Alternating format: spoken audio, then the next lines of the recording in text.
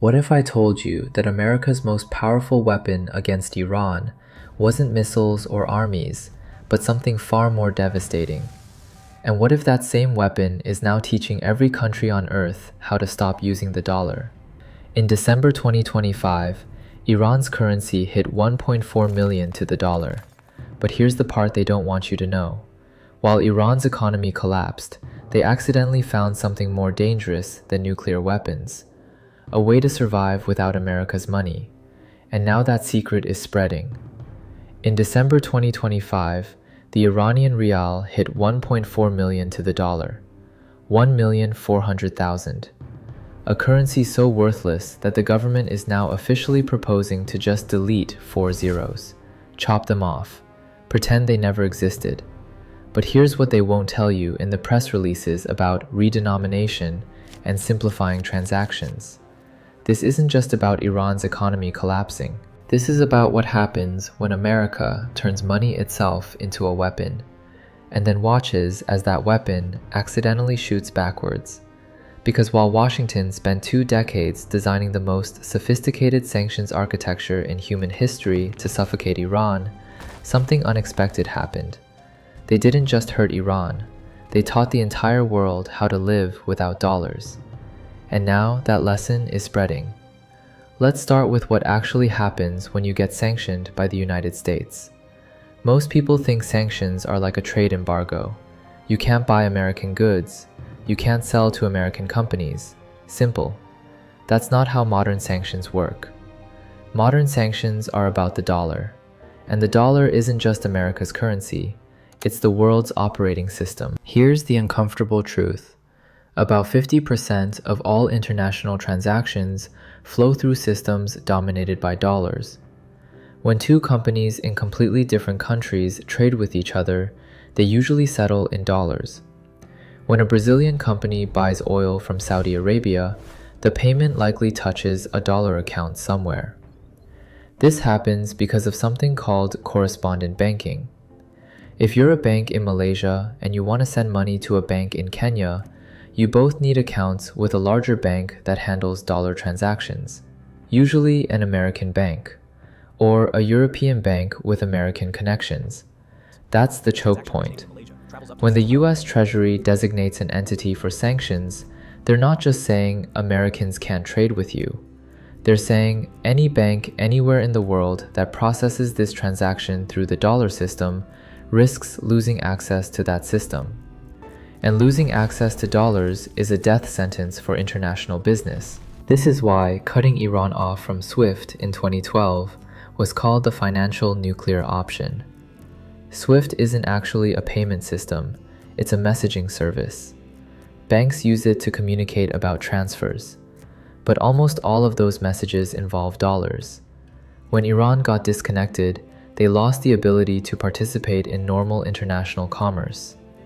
Not because Iran did anything to America directly, but because America controls the plumbing.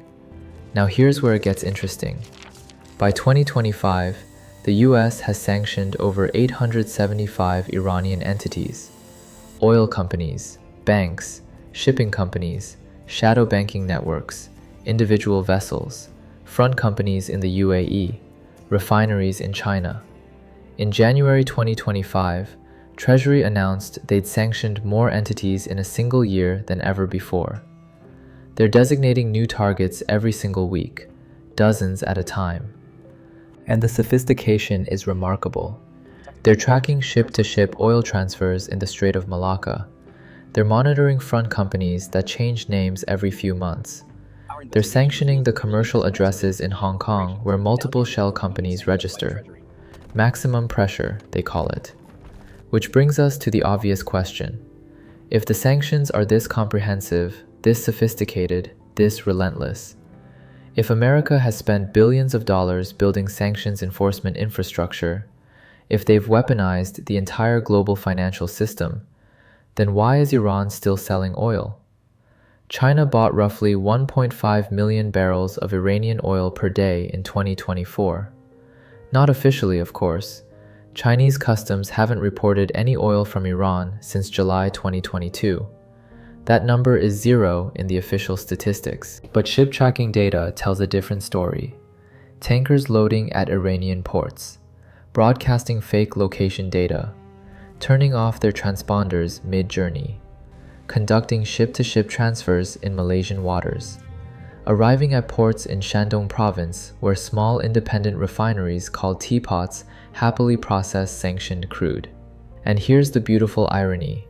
These transactions don't use dollars, they use yuan, paid through small Chinese banks that are already sanctioned and don't care about US penalties because they have no US exposure anyway. The sanctions are perfect.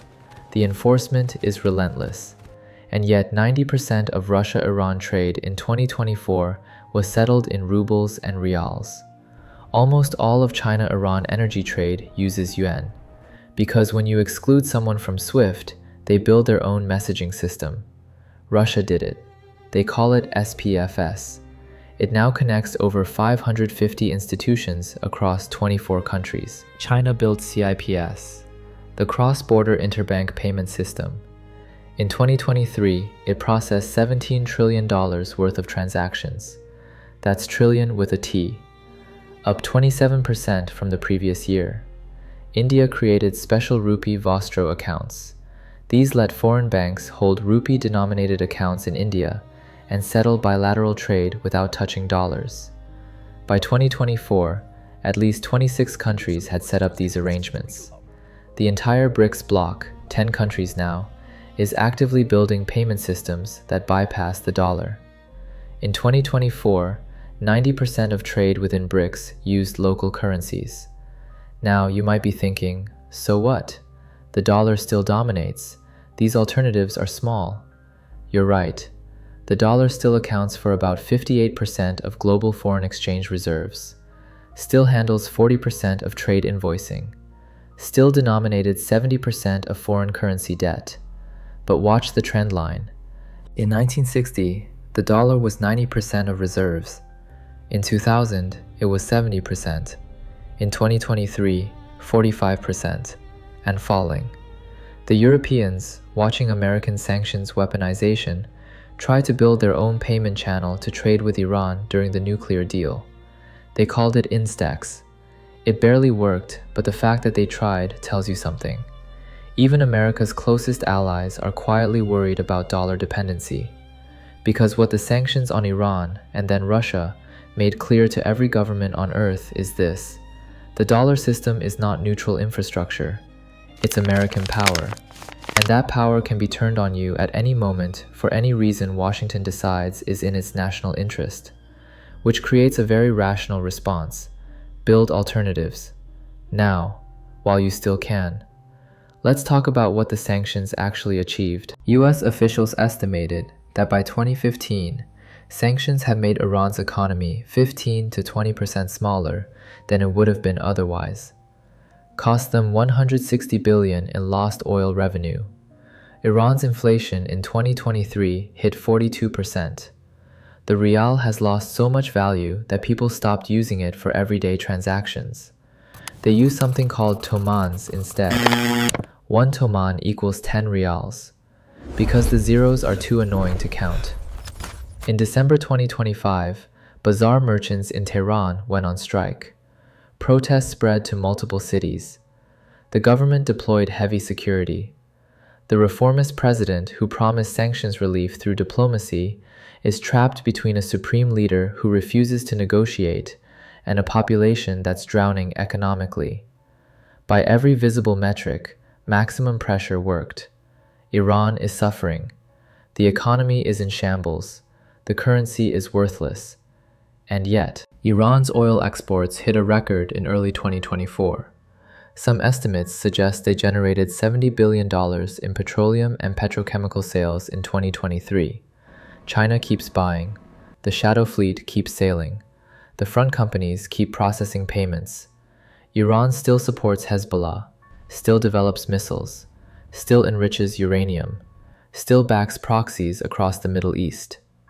Supreme Leader Khamenei calls it the resistance economy. Reduce dependence on external trade, accept lower growth, prioritize strategic objectives over prosperity, It's working. Kind of. Except it's destroying the country in the process. But here's the part that should worry Washington. Iran survived.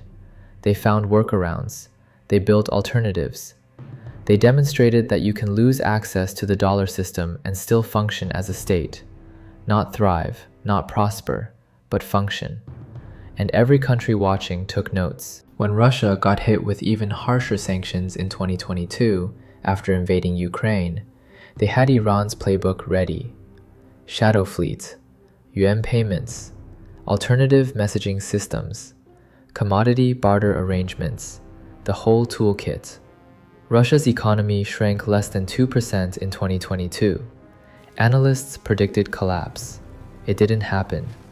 Not because the sanctions don't work. They do. Both countries are paying enormous costs. But because the pain is distributed differently than Washington assumed. Autocratic regimes can absorb economic suffering, especially if they can frame it as resistance to foreign aggression. What they can't absorb is losing power. And the sanctions, as brutal as they are, don't threaten the regimes directly. They threaten the people, who then either protest and get crushed or adapt and survive. Meanwhile, the workarounds become permanent infrastructure. The alternative payment systems grow.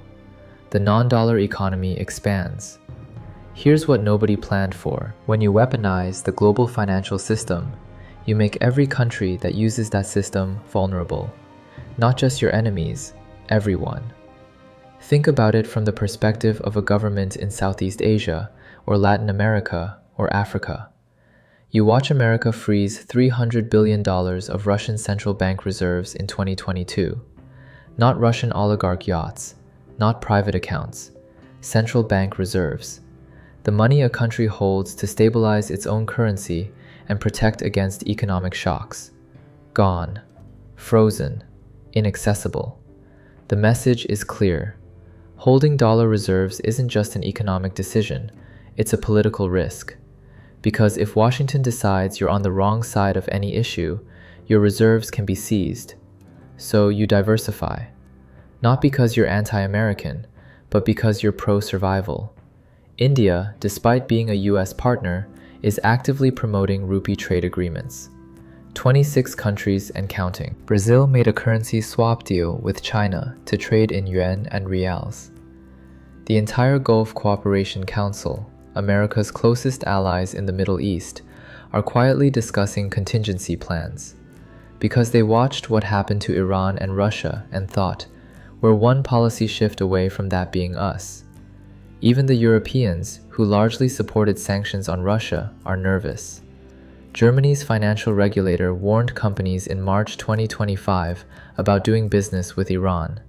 But privately, European officials worry about being trapped between American sanctions enforcement and their own commercial interests.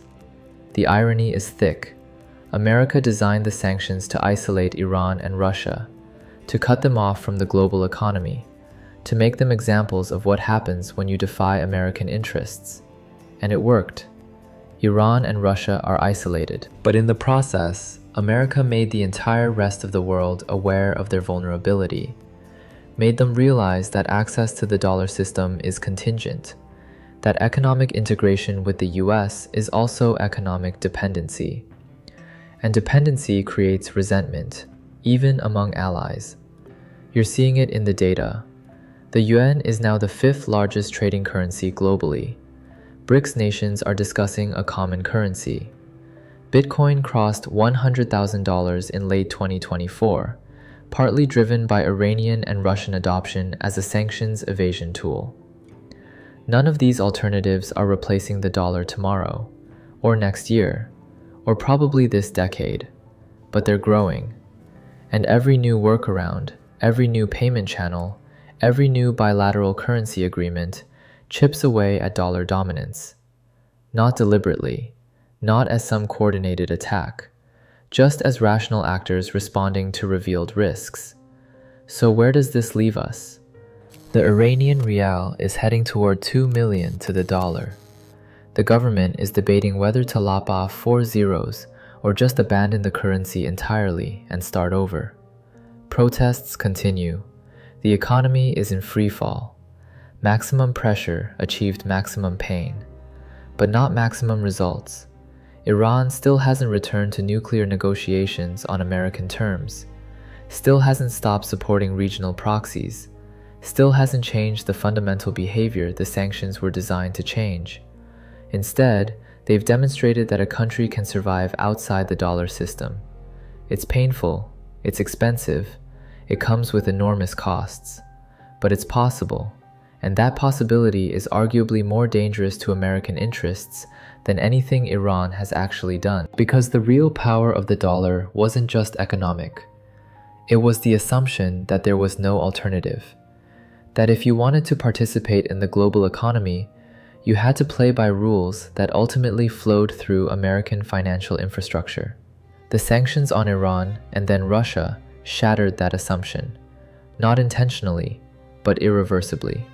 Now we're watching the slow emergence of a multipolar financial system, where the dollar is still dominant but no longer unquestionable, where alternatives exist and are growing, where economic integration with the US is just one option among many.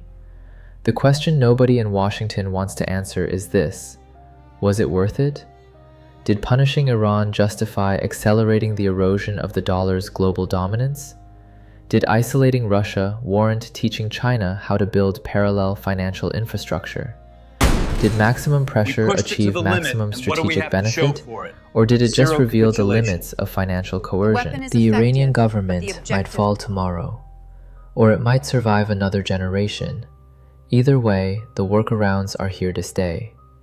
The shadow fleets keep sailing, the yuan keeps flowing, the alternative payment systems keep expanding, and the world keeps learning to live with less America. That's the lesson of the Iran sanctions. The weapon worked. It just might have shot backwards, too. What happens next is anyone's guess.